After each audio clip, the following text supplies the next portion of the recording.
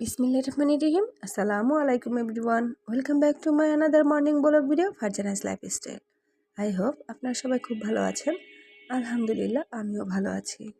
একটা কথা কি জানেন, মানুষের জীবনে চলার পথে প্রচুর বাধা, আর লাইফে কিছু করতে চাইলে এই বাধাকে ওভারটেক করেই করতে হবে।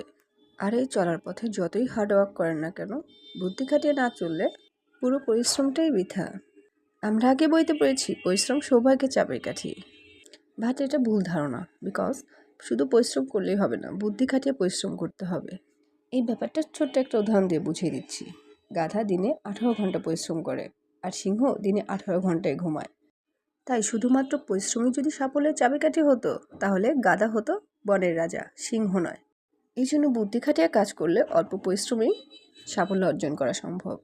হ্যাঁ, এবার কথা বলতে বলতে আমার ব্রেকফাস্টটা রেডি হয়ে গেছে। রুটি, ডাল, ডিম আর মাংস, আর সাথে 1 কাপ কফি।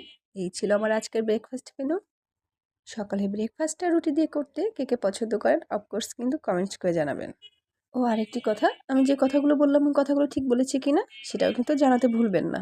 ভালো থাকবেন। Thank you for watching. আল্লাহ হাফিজ।